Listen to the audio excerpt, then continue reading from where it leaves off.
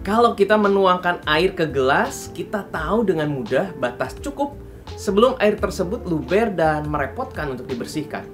Tapi untuk sesuatu yang berkembang seperti tubuh, batasan cukup bisa beragam. Kelebihan berbahaya, kekurangan mencari. Misal dalam hal makanan, kita bisa dengan mudah berkata cukup karena perut penuh. Tapi jika menghitung komposisi kandungan zat dan gram makanan terhadap kalori yang dibutuhkan tubuh, itu lebih sulit.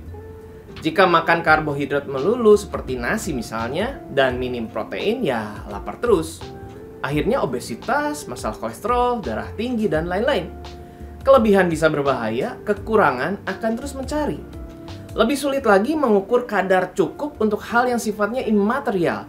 Menghitung jumlah saldo berikut aset-aset mungkin masih bisa dilakukan. Tetapi mengukur batas cukup tentang kekayaan, sepertinya jarang ada yang berkata cukup. Padahal kelebihan bisa berbahaya, flexing, hedonism contohnya. Jika kekurangan ya terus mencari. Repotnya jika segala cara ditempuh seperti mencuri, pinjol, judol, dan lain-lain. Kalau begitu, bagaimana kita memahami ayat ini? Tetapi jawab Tuhan kepadaku, cukuplah kasih karuniaku bagimu, sebab justru dalam kelemahanlah kuasaku menjadi sempurna. Sebab itu terlebih suka aku bermegah atas kelemahanku, supaya kuasa Kristus turun menaungi aku. Yang pertama, hal ini tentang hal rohani. Kasih karunia Tuhan tidak bisa diukur dalam diri setiap orang. Karena itu, pengalaman seseorang tentang Tuhan bisa berbeda-beda. Ya, urusan personal. Orang lain hanyalah referensi, termasuk Paulus.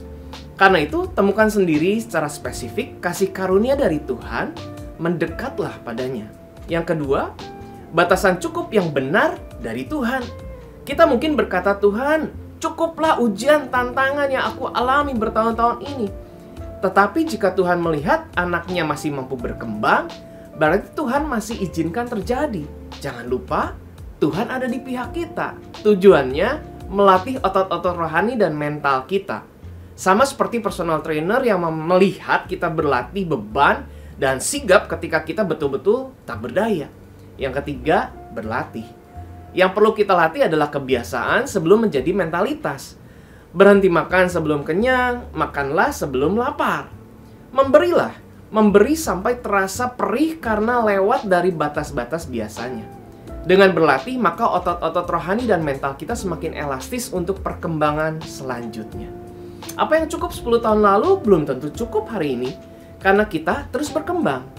Karena Tuhan tahu yang terbaik bagi kita, kita berserah saja kepadanya.